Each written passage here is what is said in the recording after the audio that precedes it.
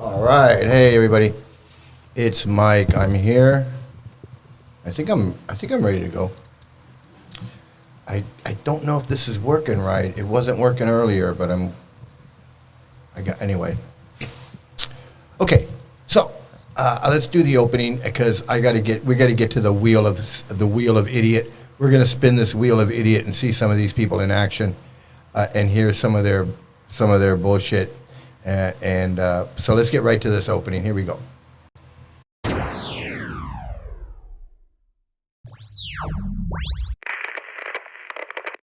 Hello? Hello.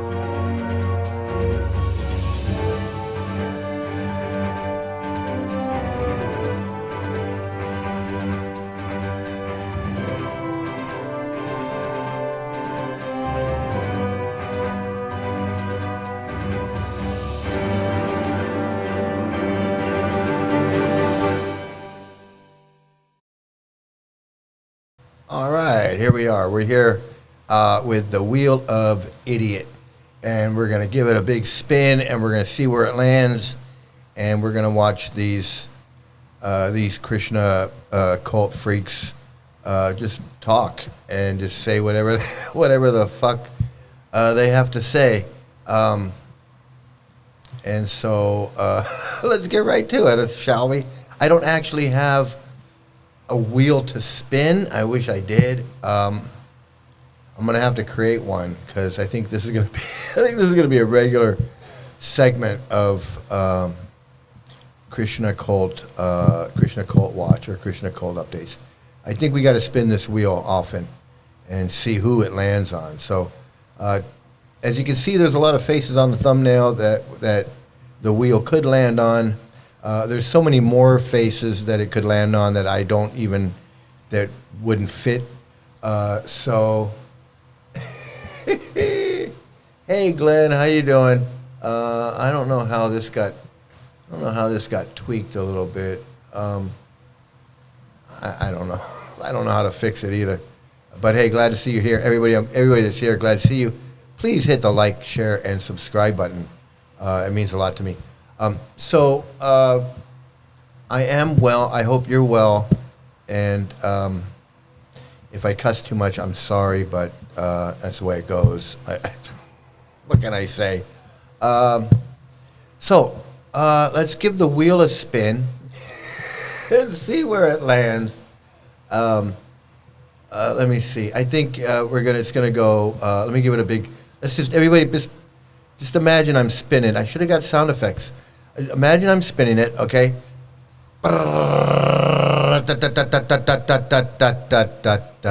Hey, it landed on Rukmini Priya Devi Dasi. Rukmini Priya Devi Dasi.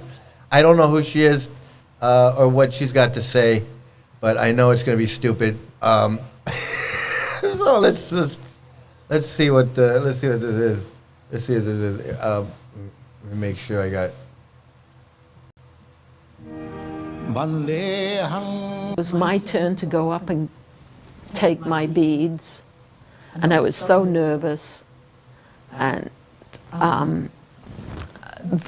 then I heard, once I took my beads, I heard Prabhupada say, "Your name is Rukmini Priya." Rukmini was the first queen of Krishna. I could hear that as I'm bowing down, and I was just so happy. And then I sat down, and that's all I can remember of that. But I was just so delighted that I got that name. I do think Prabhupada had read my mind, and I do think Prabhupada is telepathic and can read people's minds. Okay, so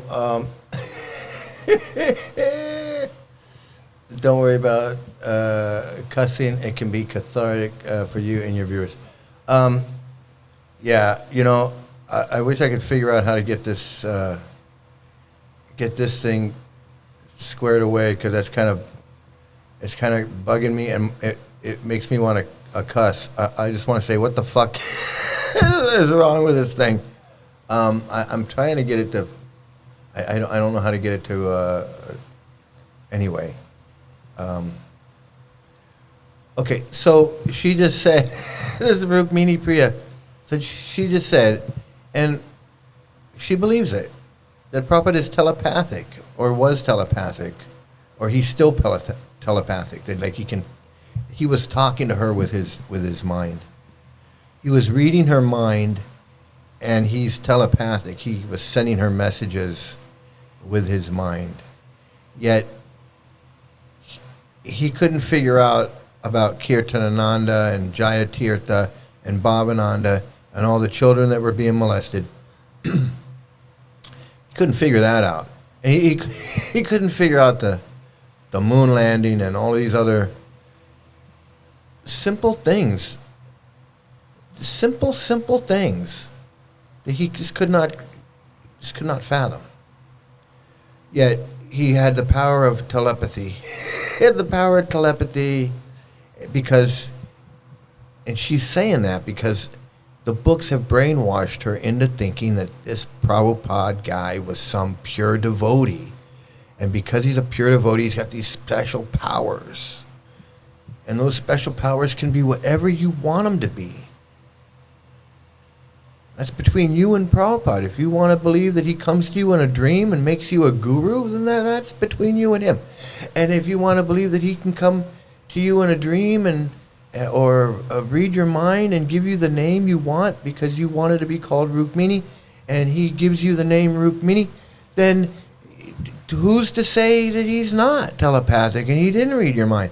But when it comes to the kids in the schools, he had no clue what was going on there. Then the telepathy and the reading of the minds, that just shut right down. I mean, do you really want me to believe that? I mean, I don't know. Seriously, if you want me to believe that he can read your mind, and he gave you the name you wanted because he knew your mind, and he was being and you honestly believe that, then I have to honestly say, really seriously, I have to honestly say, well, what happened with the kids? What happened with Bhavananda and Kirtanananda? What happened with them? And Jayatirtha? And all these other people? Like he only read your mind? He was only telepathic with you?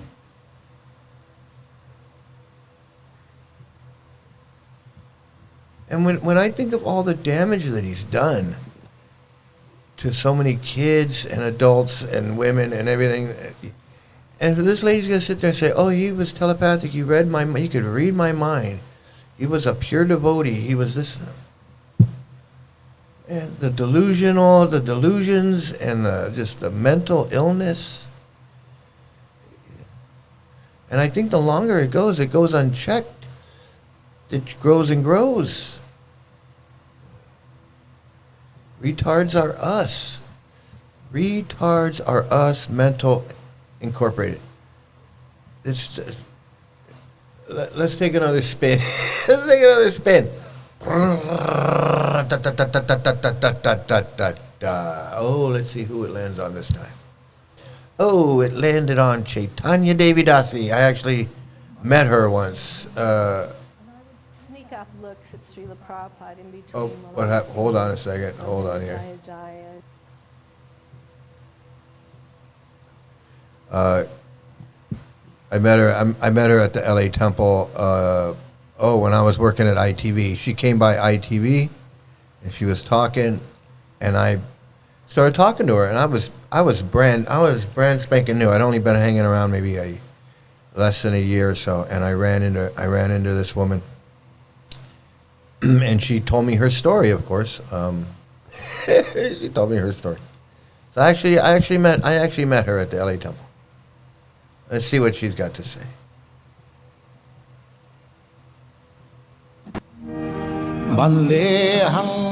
And I would sneak up looks at Srila Prabhupada in between while I was singing Govinda Jaya Jaya and different short bhajans in between when they would just do pure dance.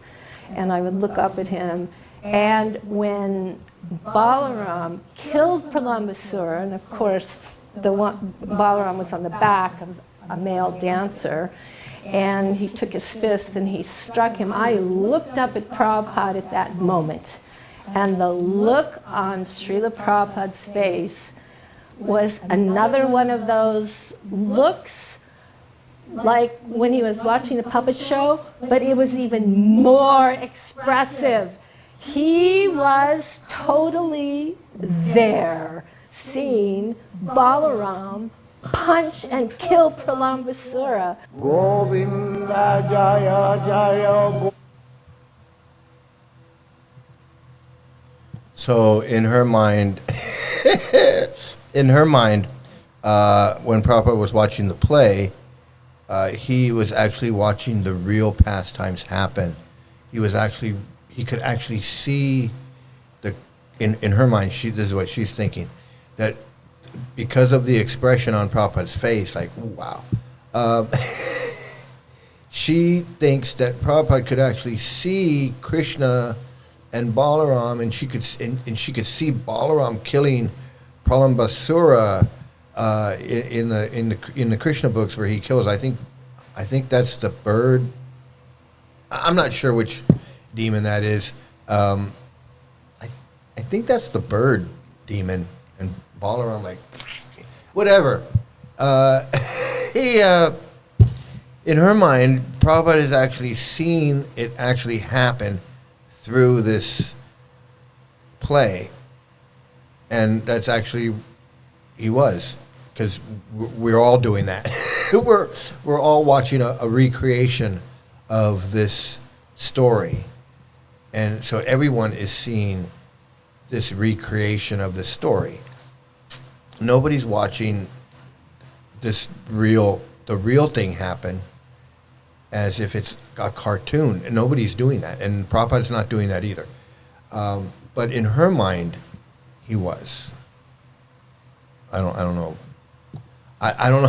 I don't know what made her think that. I mean, it's nice.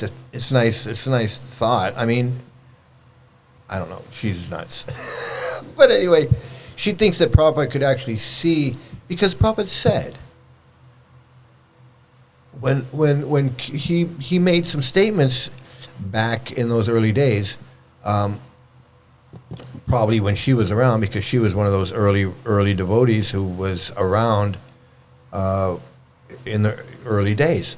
Prabhupada made some statements about how he could see the demigods coming at the Rath Yatra. He could also see Lord Chaitanya and Lord Nityananda dancing during Kirtan and Sankirtan, that he could see them. And I don't know, of course he couldn't see them. But he was telling them that he could see them, probably because he wanted to appear as some mystic, seer, guru guy. I don't know. I mean, part of the scam? Is it part of the scam? It's probably part of the scam. Part of the Wheel of Idiot? Yeah, it's definitely part of the Wheel of Idiot. But Prabhupada actually made statements back. And back then, in the early days, when Prabhupada would make a statement like that, you know, he'd be like in the LA Temple, and he'd say something like, "Oh, I can see the demigods watching."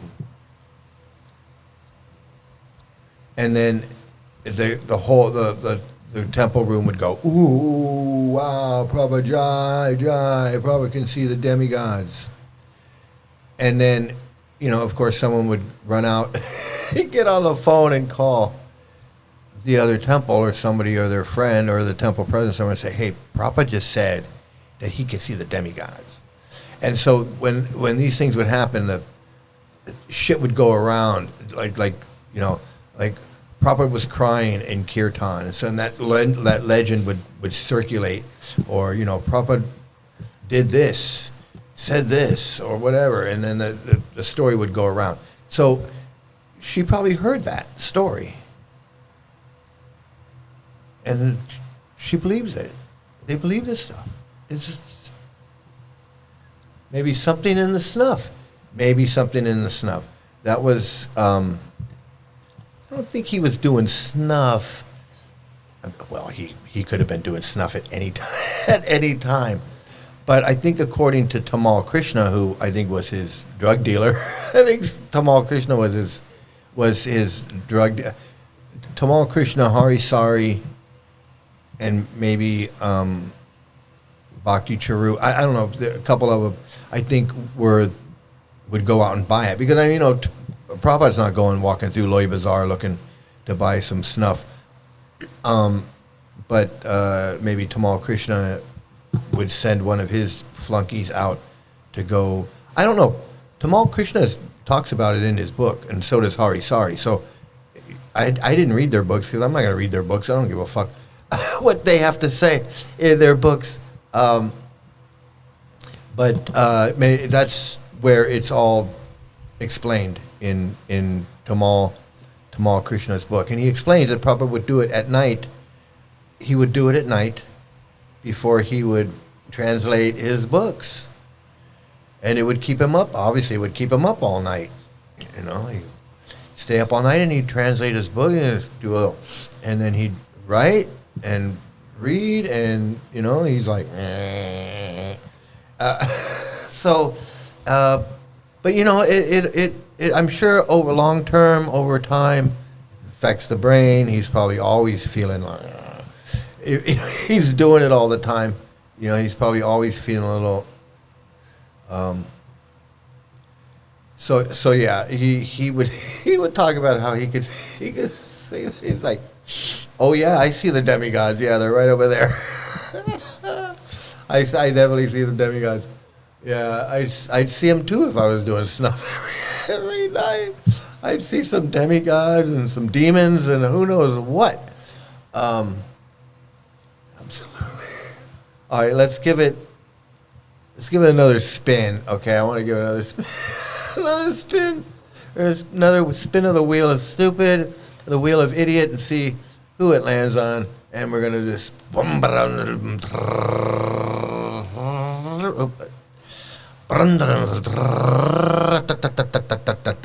and it lands on Jai Haridas. Jai Haridas. Let's see what he's got to say.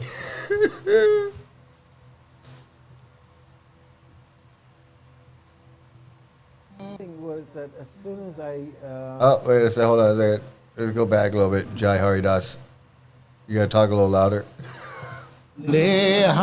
thing was that as soon as I met him, he was just sitting very calmly, very quietly, very peacefully in a tranquil pose.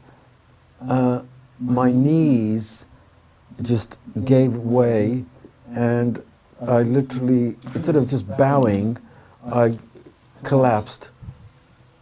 I was really, really nervous. I thought, oh my God, my goodness. His aura, despite the fact that he was in a damp, cold room, his aura was just gold shine. He was shining, It was like rays coming off his body. That's the effect it had on me,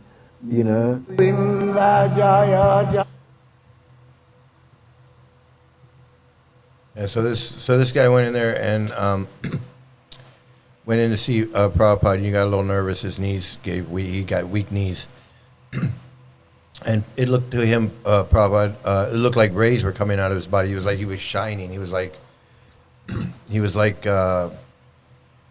I don't know, the logo from Columbia Pictures, the lady with the torch. I don't know. He was on fire. He had rays coming out of his body, So you can see how all these different devotees, all these different freaks, these different freaks are all, they all got their own weird vision of Prabhupada. So this guy was, he saw like he could see his Prabhupada's golden aura shining off of him. I don't know what to make of that. I don't know what to make of that. I think that little statement was kind of weak. He didn't really have much to say. I don't know why they even made that video. That in itself was kind of stupid.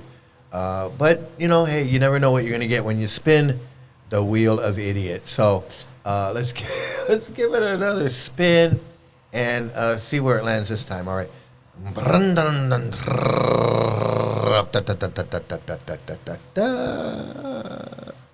Bink. Oh, who's this now? I don't know who this is. We'll have to see. It's a mystery. It landed on the mystery freak. So let's see who this is going to be this time. Mystery freak. One devotee asked Prabhupada, what should we say when we distribute your books? How should we get people to take the books? Srila Prabhupada stood up, picked up a book, went over to a devotee, gave the devotee the book, and Prabhupada then spoke as if he's distributing the book. Prabhupada said, "My dear sir, I can see you are very intelligent. In fact, I think you are the most intelligent person I have met all day. And my dear sir, I have just one request of you. Please forget all your nonsense and read this book." Govinda Jaya Jaya. Now, I don't know how profound that was. To him, it was very profound. But basically, I don't know. That doesn't sound like such a great. Okay, yeah, I think I could sell that book better than that. I mean, I don't know. That wasn't such a great pitch, as we say in the biz. We say in the biz. It wasn't such a great pitch. I would definitely pitch that book a little bit. I think I'd have a stronger pitch than that. But you can see it doesn't take much. It doesn't take much to impress these guys. And as you can see, it's not much. It's exactly what I was saying. It's not book distribution. It's begging with a book. Prabhupada was actually showing them how to beg with this book. You know, and they still do that tactic. It's a tactic, and they do it to this day. You know, it's no different than if I walked up to somebody with, let's say, like a whatever I'm selling. Yes, it's just marketing and hard sell. I'd walk out, if I walked up to somebody and I had let's say a pocket protector. You put your pens in your pocket protector. You walk up to somebody and say, "Hey, you look like a really smart guy. You might even be the smartest guy I've seen all day. And you look like you might, need this pocket protector to protect your pockets because you might want to put some pens in your pocket. You might not need, and that would work out really good. You know what I mean? These things work really good. You know what I mean?" And the guy goes, "Yeah, I know what you mean." "Oh, okay, yeah." So, these things regularly, they're like, these things can be like $10 in the store. Like if you go to the store, I got them right now. I got a whole bunch of them. I got them for like $3.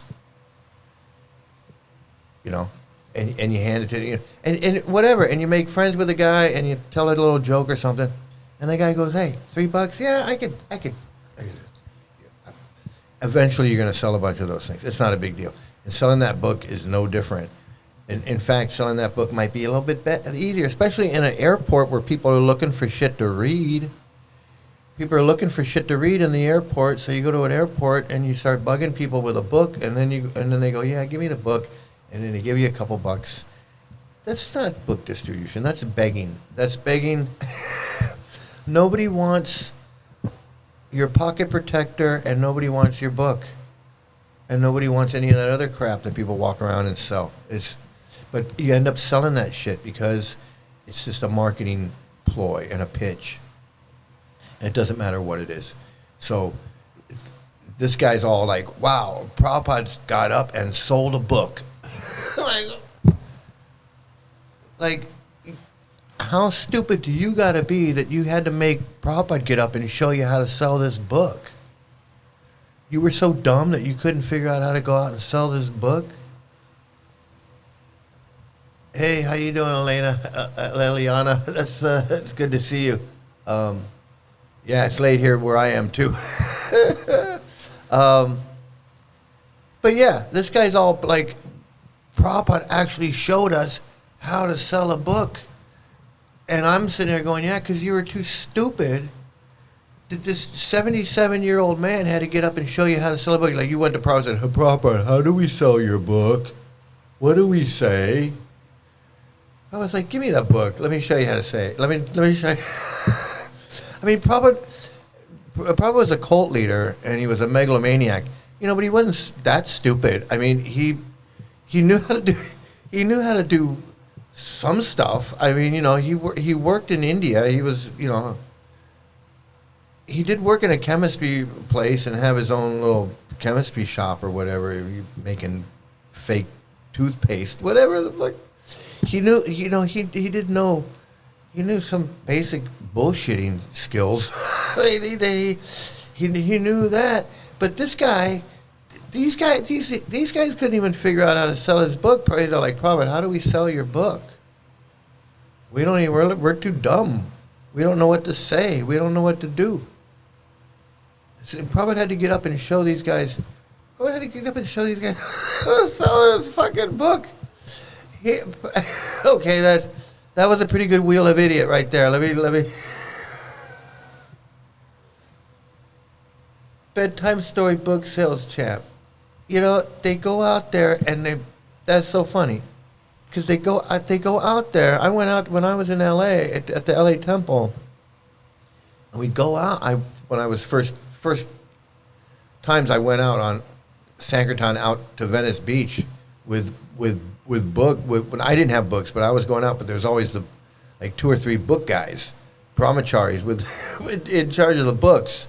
And I was just going out for the Harinam. I was just going out to chant and jump around, look like an idiot. That's what I wanted to do. But there was always these guys that would be out there, selling books. And I got to see what they were doing and how they distributed these books. And then I knew a couple of the guys that would go out to the airport every morning. I knew who Brigupati was.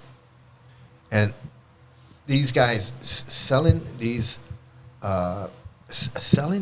books. When I realized that it wasn't book distribution, that it was basically begging for a book. And then I'd see them in the morning, they're in the temple room and they're reading off, yeah, so-and-so sold 10 big books and 5 middle books and 14 little books. And I'm thinking, and everybody's like, woo, yeah, books. And I was like, well, this is such a bunch of bullshit. This is such a bunch of bullshit. For 25 Lakshmi points, 40 Lakshmi points. And I was like, this is so stupid. This is like an Amway meeting or something. I don't know. It seems stupid because they weren't really like, it wasn't like Glengarry Glen Ross. It was like they weren't really working. I mean, I don't know. I guess begging with the books, telling somebody, hey, here's a book, can you give me a couple bucks? Is that really a sales pitch? I mean, I don't know. That's not even really a sales pitch. I mean, I've had sales jobs where I had to like sell shit. Glengarry Glen Ross type thing. You know, these guys are out there selling, begging for a book, and then they got the whole temple room cheering them on like they did something. Like they did something. And when I realized that they didn't do anything, I'm like, what the fuck are you cheering for? They didn't do anything. They didn't do anything. Okay, let's see. We're good. Okay, we're going to spin the wheel again.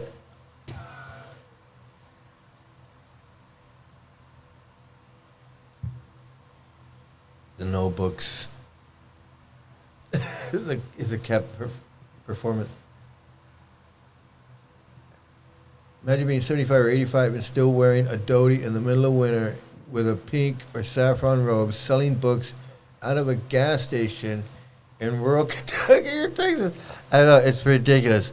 Or in the middle of Warsaw, like this Trivikram Swami. He's like, I just want to go back to Poland and sell some more books and go out and chingy ching ching on the street. He doesn't know anything else. These guys, they don't know what else to do.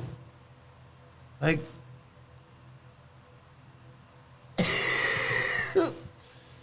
performance indicator more important than anything else. How well you're able to beg for money and give people a book when they give you money. That's basically it, because they don't want that book. They don't want that book. You had to bug them to get them to take that book. You literally have to bug them. You got to open a book. I remember Birupati showing me how he does it at El Camino College, and how because I thought I was like, well, if he can do it, I can do it. I want to learn how to do it. I want to learn how to do it. So I went out with him. And when I saw what he was doing, he's like, hey, he's got the haircut thing. And then he's like, hey, look at this book. And he opens it up. And he's like, look at these pictures. This is the soul. This is how the soul travels. You know, the soul never dies. You know, blah, blah, blah. It's eternal. We're not the body. And he flips it to another page. And he's like, hey, yeah. And then you know, this is how the soul travels. And he's got his little pitch. And he's basically bugging everybody. I mean, it's no different. It's no different than you know. It's I don't know if you've ever anybody's been to Venice Beach or Central Park or Golden Gate Park or anything like that. You have these guys running around selling their CDs or selling their whatever, you know, their music that they made at home on their computer or their tape, their mixtape, or anybody, like, you know, and they're running around to every single person. Hey, listen to my song, listen to my tape, bugging everybody. And that's like Hare Krishna. They're like, hey, check out my book. Check out my book. If you give me a couple bucks, you can keep the book. You can keep the book. Or, you know, hey, you know, I mean, I understand if I was selling books, but a book on the street like that, I don't know. And then they, like I said, they sell 14 books or 10 books or whatever. They go back to the temple and they're like, wow, you sold 10 books. And no, I basically begged. I was begging all day. And I got rid of 10 books. That's what happened. I didn't really get rid of 10 books. I was begging all day, and in order to kind of sweeten the deal on the beg, I was offering a book. I was offering a book along with the sad story. Along with the sad story, I you know, offer him a book too. Let's see. Oh, let's see what this is. I don't know if we spun the wheel. I'm gonna spin the wheel again, and if I did it 2 spins, I don't know. I can't remember. I can't remember that well. Okay, we're gonna spin it right now. And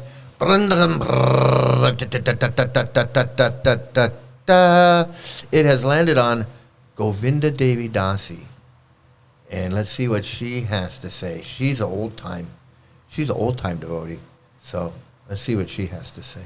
I've never met her. Let's see. Make sure she's loud enough we can hear what she has to say.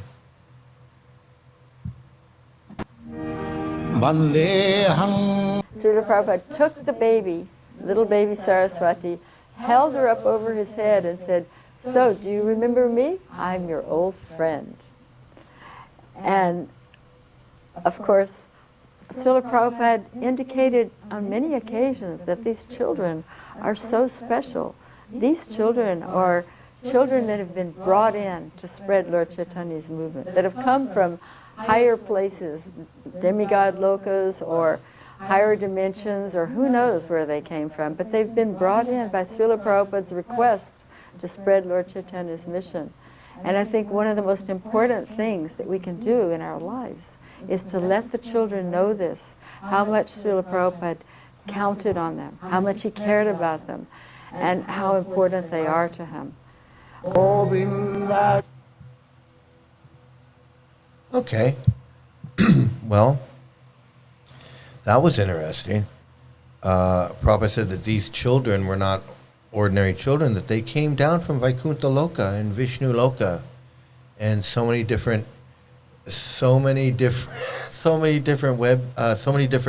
planets, heavenly planets, and some of these children, he said, were actual demigods coming down to participate in Lord Chaitanya's movement, in Srila Prabhupada's Lord Chaitanya's movement.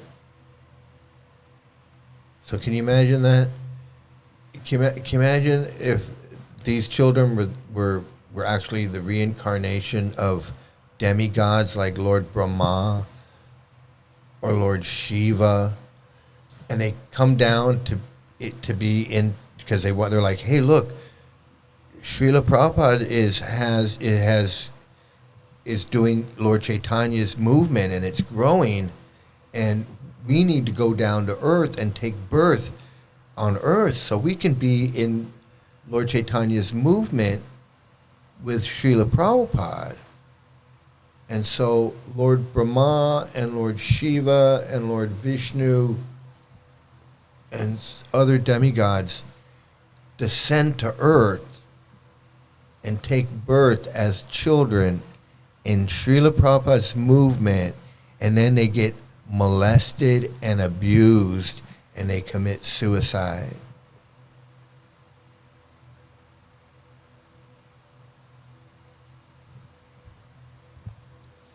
That's what you want me to believe?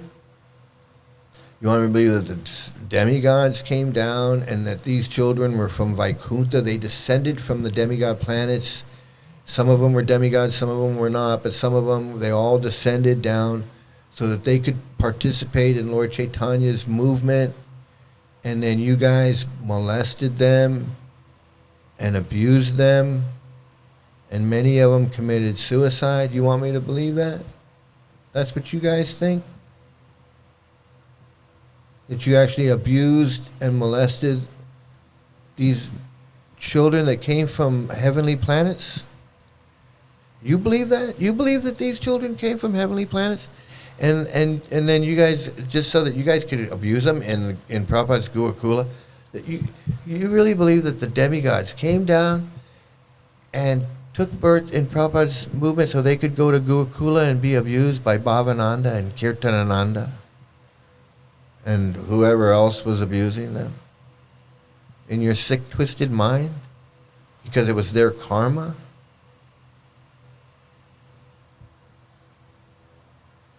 I guess God works in mysterious ways. If he's going to send his special children, Prabhupada said these were special children. These were Vaikuntha children coming down to take birth in Lord Chaitanya's movement. And you guys let them be abused like that? Prabhupada let them be abused like that? When Prabhupada found out that these Vaikuntha children that were coming from the demigods and the heavenly planets to take birth in Lord Chaitanya's movement, when he found out that they were all being abused, and Prabhupada didn't care? Prabhupada didn't care the demigods were being abused in his movement, and he let the abuser go free? He didn't call the police and say, arrest that man, he's abused these children. These children are demigods that have come from the heavens to participate in my Sankirtan ISKCON movement. How dare you molest these children? No, he didn't do that. In case any of you were wondering, he did not do that. That's not something he did.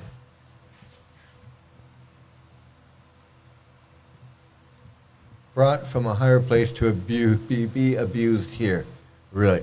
That's what you heard it right from the horse's mouth. Now, if I hadn't shown that video and I was just like, oh yeah, one of them said that, that they were this and they came down and people say, Mike says some weird ass shit. That's why we're spinning the wheel. So we can let them say all the weird shit themselves. Why should I repeat their weird shit and people think that Mike's talking a bunch of crap? I spin the wheel and let them talk. She said that Prabhupada said that they came down from the heavenly planets and some of them were demigods and they came down to be part of this movement. And they ended up in his Gurukula and got abused. Some of them committed suicide. You want me to believe that?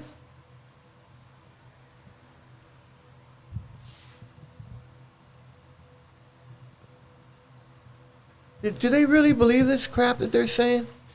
Does Lokanath Swami really believe that Jagannath can see him dancing, but he doesn't see him touching little girls? Does Indra Yumna think that Krishna sees him, but Krishna can't see him touching little girls, rubbing his hands all over their bodies? And how upset the little girl looks? She don't want anything to do with him. She wants to get away from him. Hey, you don't think Krishna's in your heart, but he doesn't see what you're doing with these little girls? Do you really believe that when you walk in the temple room that statue of Krishna sees you? And you don't think that he knows that you're touching these little girls?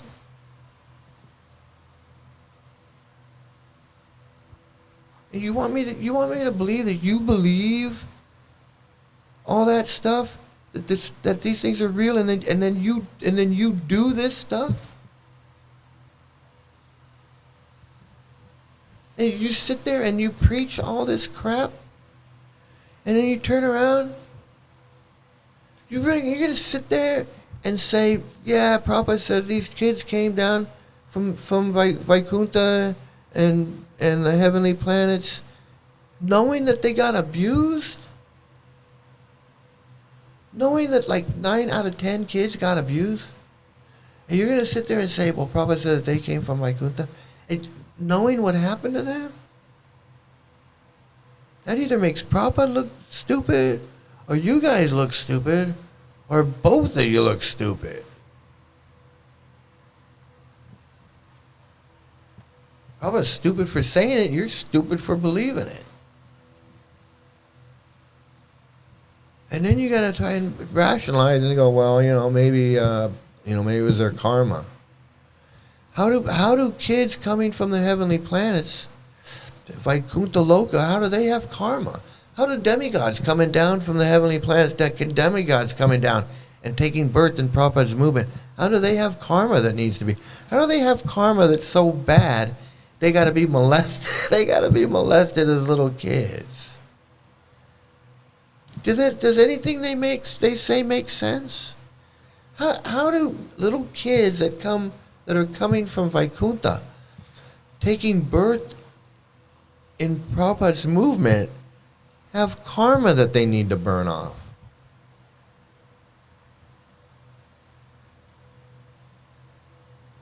Explain that. I mean, I can understand like the drunk guy that walks in and walks in with a roll of toilet paper and goes, here, Prabhupada, here's some toilet paper, and he staggers out, and Prabhupada goes, that man did devotional service. Well, that man had committed offenses. He walked in the temple room drunk. He didn't offer you prayers. He didn't say the Om Vishnu Padaya Krishna Prasad, whatever. He committed a bunch of offenses. But he still was able to do devotional service. So what's with these 10 offenses? And where were those 10 offenses when all the children were being molested? Not just children, these Vaikuntha children. These Vaikuntha children that came from heavenly planets. that somehow had karma. This is friggin' insane. Friggin' insane. Sri Krishna Chaitanya Mahaprabhu is a wandering, traveling ascetic who's also a transvestite with a serious case of bhakti schizophrenia. Yeah.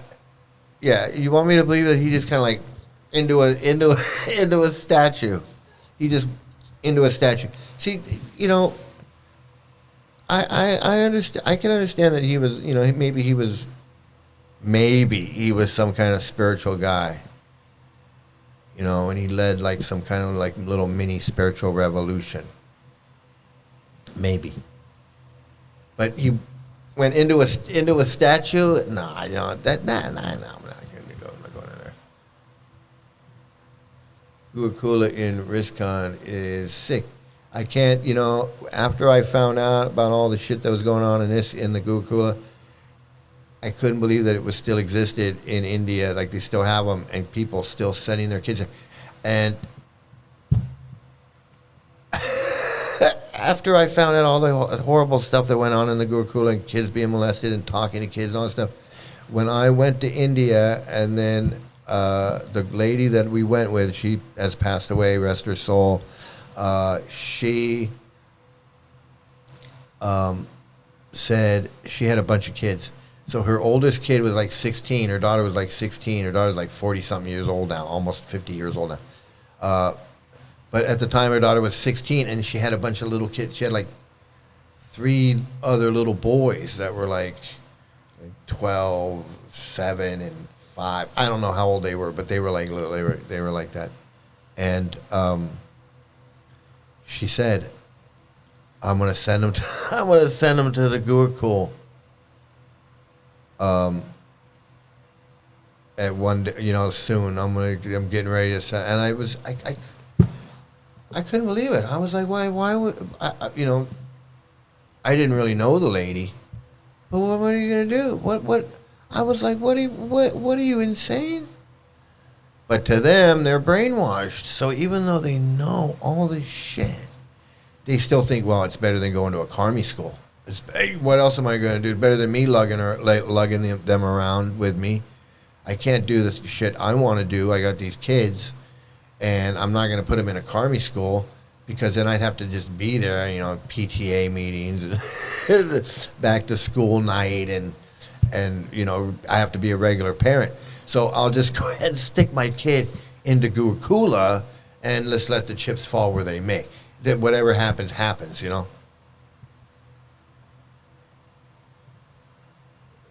Yeah, it's risky. Totally agree. It's risky.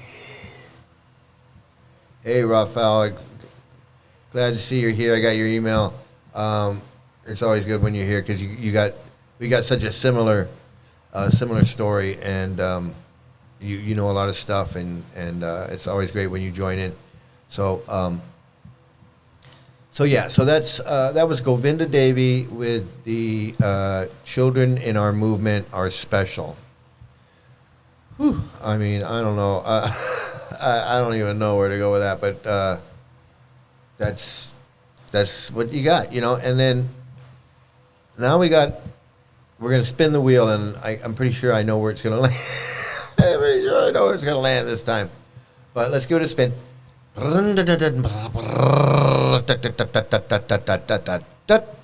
It has landed on one of the biggest scumbags I've ever seen in my life. A scumbag extraordinaire. The likes, you know, there's really no, there might not be a match for this type of scumbaggery that this guy portrays and exhibits his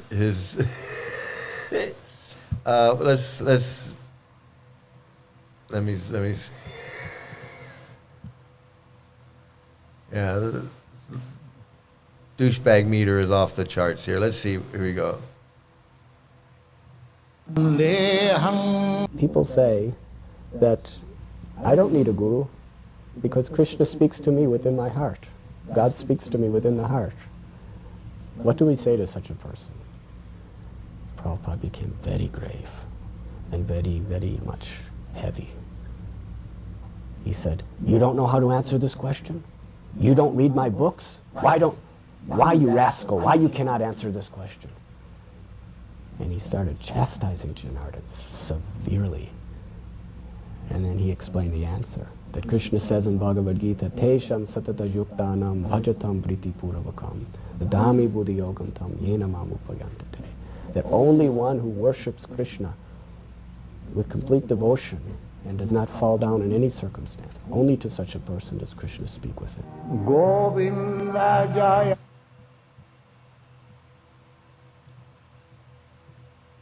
You know, what he was saying is what Radhanath is saying and what Prabhupada is saying. What Radhanath is saying that Prabhupada is saying is a bunch of bullshit. But I want to get one thing that I want to mention is that conversation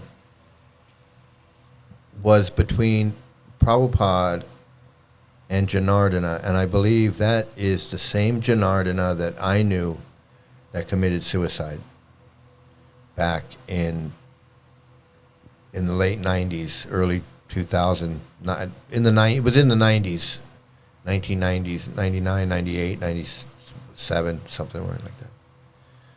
Same Janardana. I'm pretty sure it's the same Janardana that he's talking about. It's the Janardana that I knew, and he committed suicide. So that's kind of odd, but that's what you get when you spin the wheel of idiot, because this guy's a big idiot himself. But anyway, what he was saying about why do you need a guru?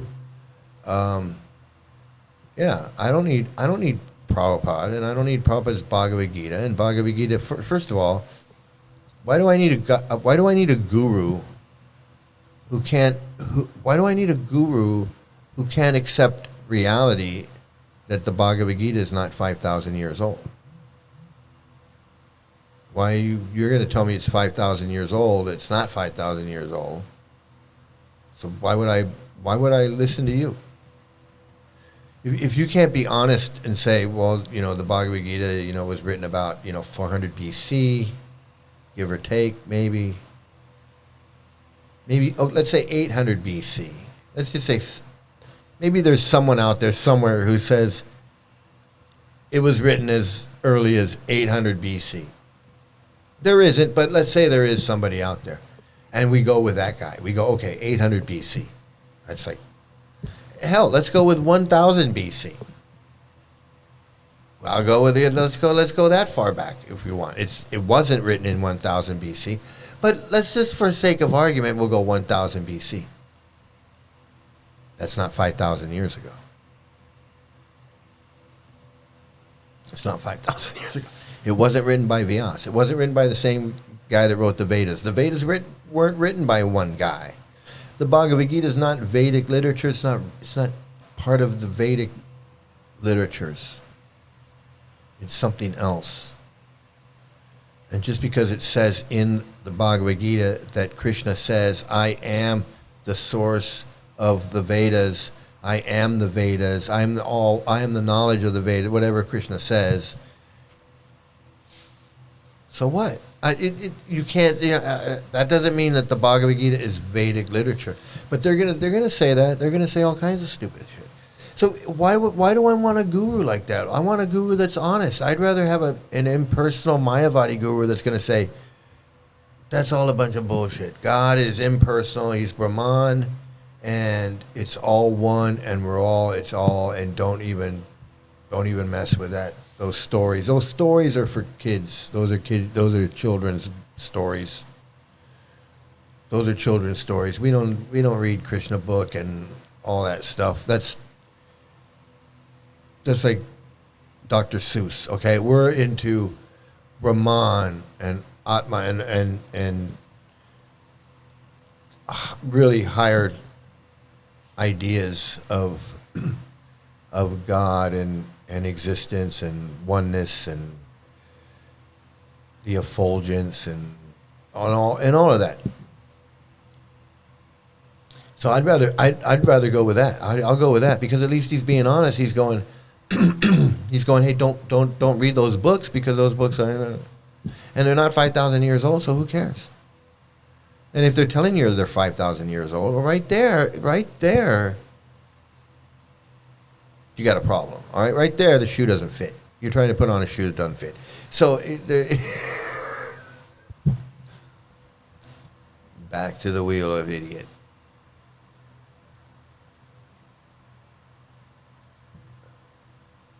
The 5,000-year thing is a fundamentalist position. Don't dare to look at historians.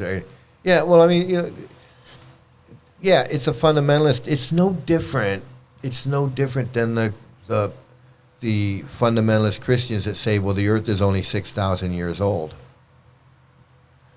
And like they don't want to. It's like, now we don't care about karma dating. We don't care about dinosaurs. We don't care about archaeology. We don't care about any of that. We just don't care. We don't care. Our book says Noah and Methuselah, and he built an ark, and there was a flood, and Adam and Eve and whatever, and they got a timeline, and they go, it was 6,000 years ago or whatever. And it's no different. And them going, well, it was there's a yuga, and then the yuga ended, and then it was the beginning, and Krishna got shot in the foot, and then the new yuga started, and just by coincidence we're in this part of the new yuga, and it's not going to end for a long time, so we're not going to be here to know if it was right or wrong, and just coincidentally. So don't even worry about that. But we are 5,000 years in on the new yuga, so, and 10,000 years of Hare Krishna, and so don't worry about all that. And Prabhupada's a pure devotee, so don't worry about that either. So don't worry that none of it makes sense, because Prabhupada's a pure devotee, and because Prabhupada's a pure devotee, nothing really has to make sense. There's a demon head eating the moon, and the earth is flat, and it's sitting on 4 elephants standing on a turtle, and a swan can drink milk out of a jug of water, or whatever nonsense they want to throw at you. It doesn't matter, because Prabhupada's pure devotee, and he says it, and therefore, if he says 5,000 years, then it's 5,000 years. Well, why do I want that? Why do I want that type of guru? Why do I want that type of guru? Why do I want that type of guru who can see the future, but he doesn't save the kids? Or he can read people's minds, but he doesn't know that Jayatirtha is going to get his head cut off. I mean, that's a mind you should have read, okay? You should have known that mind was going to leave the body, okay? I mean, he could have done Jayatirtha a really solid favor and said, hey, man, you got to keep it cool, because your head is going to become detached from your body one day, and I don't want to see that. I don't want to see that happen. You should have gave him a heads up on that. I don't know why Prabhupada didn't do that, but he really should have done him a favor. Hey, what can you do? What can you do? But that's the kind of guy Prabhupada was. Prabhupada wasn't going to stick his neck out for somebody like that. Like that. I don't know. But hey, that's what you get when you spin the wheel of stupid. Okay, the wheel of idiot. And here, let's take a look at this. Here's a good one. We'll finish up with an actual. A little bit of this. I actually feel like I don't know how much of this I can take, honestly.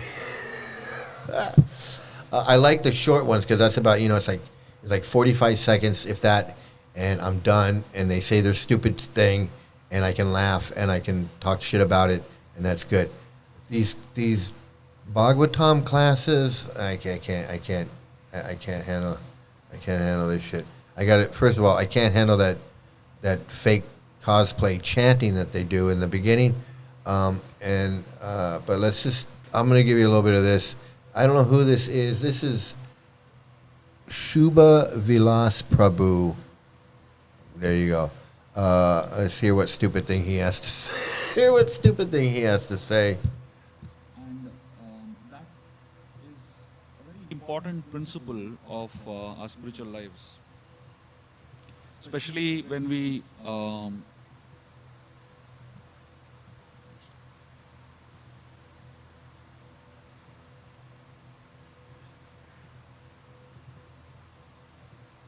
especially when we are trying to practice sadhana bhakti, the concept of the bona fide spiritual master and worshipping the bona fide spiritual master is highly important and relevant.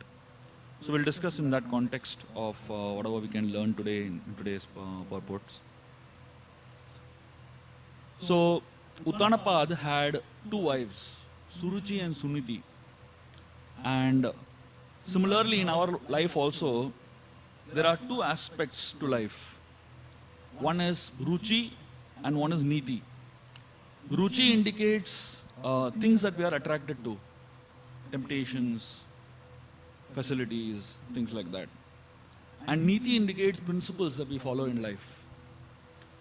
So generally, if you have discrimination, then you understand how much importance to give to Niti and how much importance to give to Ruchi. Unfortunately, people tend to sacrifice Niti and give more priority to Ruchi. And that creates most of the problems in life. Turning towards God, rather turning towards Niti or principles of life, prioritizing principles of life, is what the Bhagavatam teaches us. But many times, as we live our life, I don't know about you, but I want to know more about. I want to know more about this guy with the two wives. Seriously, as soon as he said this guy had two wives, I'm like, all right, what's going on with the two wives? I thought he was going to explain why this guy could have two wives, but he didn't. He just was like, instead of prioritizing Niti or principles, we tend to prioritize Ruchi or thoughts of enjoyment, experiencing happiness in this world, material happiness. So Ruchi tends to bring us material happiness, but Niti brings us discrimination, Viveka. And that Viveka brings us spiritual prosperity. And therefore, between truth and false, we need to really have a very discriminative line. And that's what the spiritual master's role is about. A shadow looks much bigger than a person. all right, hey, I'm in the dark. As soon as they start talking about truth, and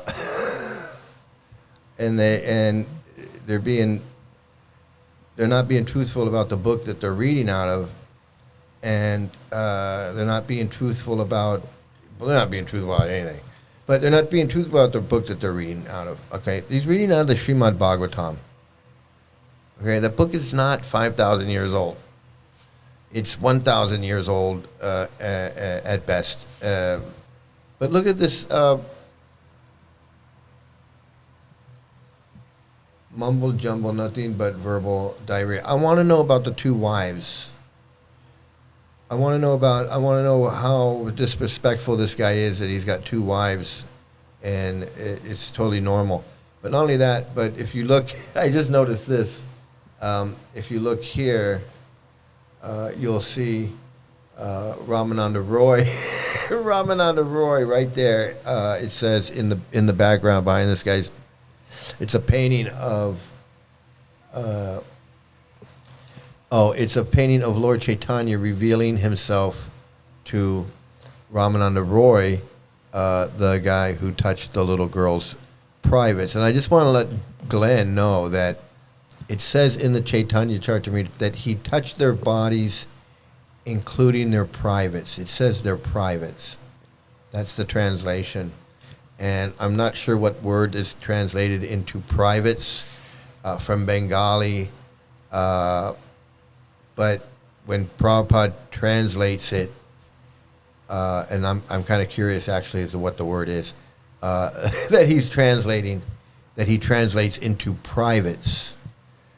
because he already explains that their bodies are naked, and he explains that he's rubbing oil and herbs or whatever on their bodies, on their naked bodies, and that he's able to touch them, even their privates.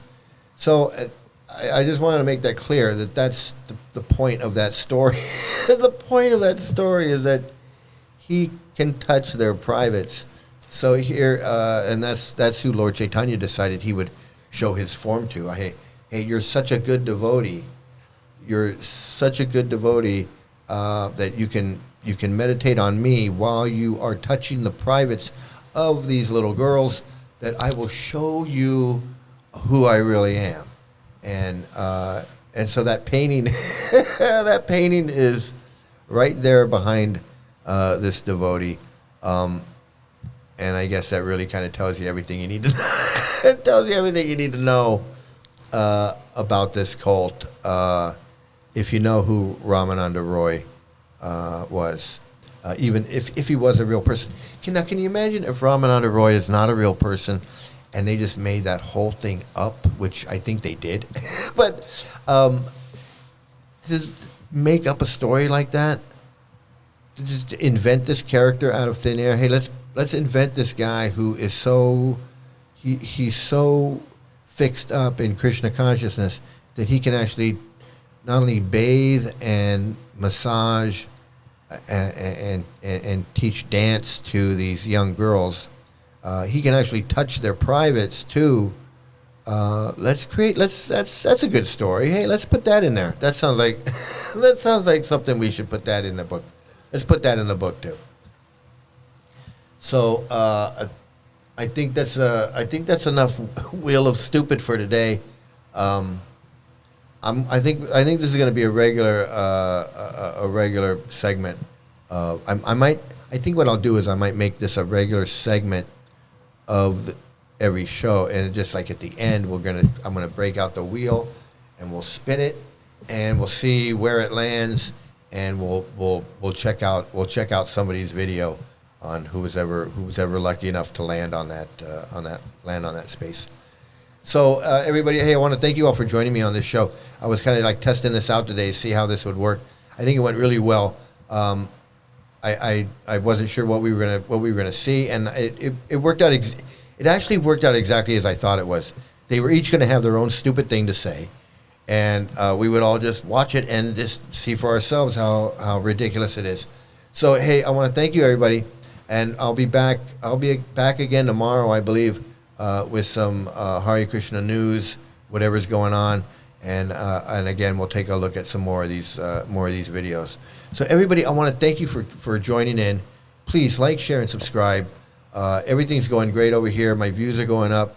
That means the videos are getting out there. More people are seeing them, which is really great. We can warn more and more people about this cult, so they don't get stuck up and trapped, get stuck and trapped in this cult. Okay, so hey.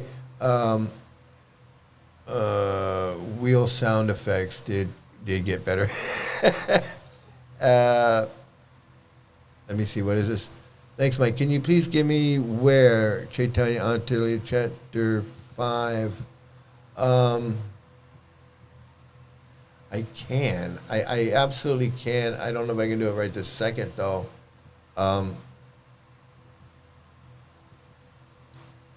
Where was? You know what? Let me.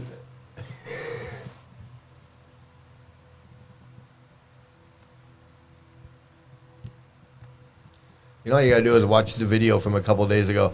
I go over it all right there.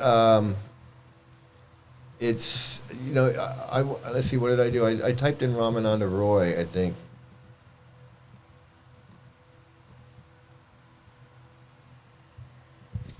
I think it was Antya Leela chapter 4. Let's see.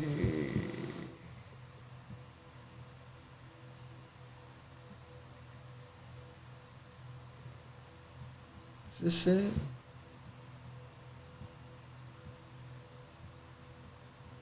Chapter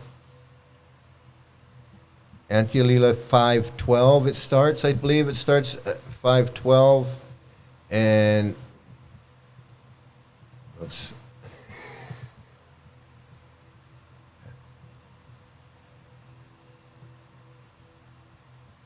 What happened here?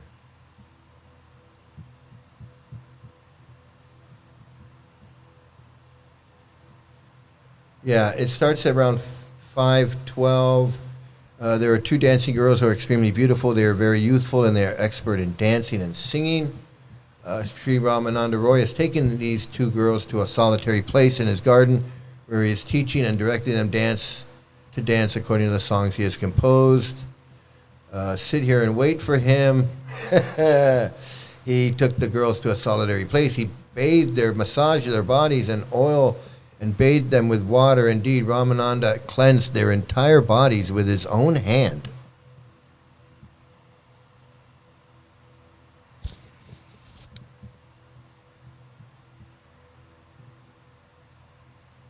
Yeah, he says, although he dressed the two young girls and decorated their bodies with his own hand, he remained unchanged. Such is the mind of Srila Ramananda Roy. While touching the young girls, he was like a person touching wood or stone, for his body and mind were unaffected.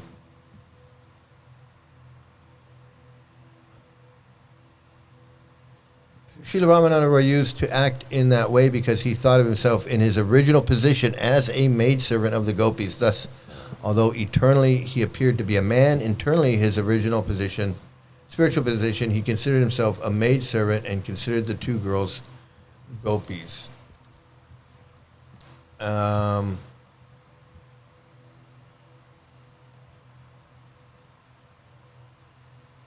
His mind was steady.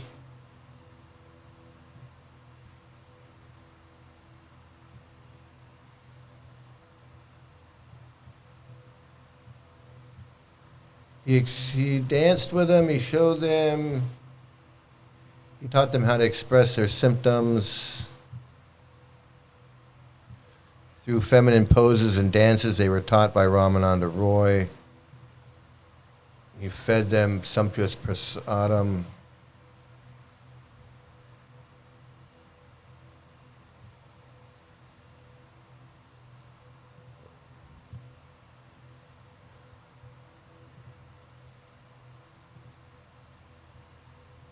I can't find it. I'm not sure where I saw it before. I'll find it for you, though.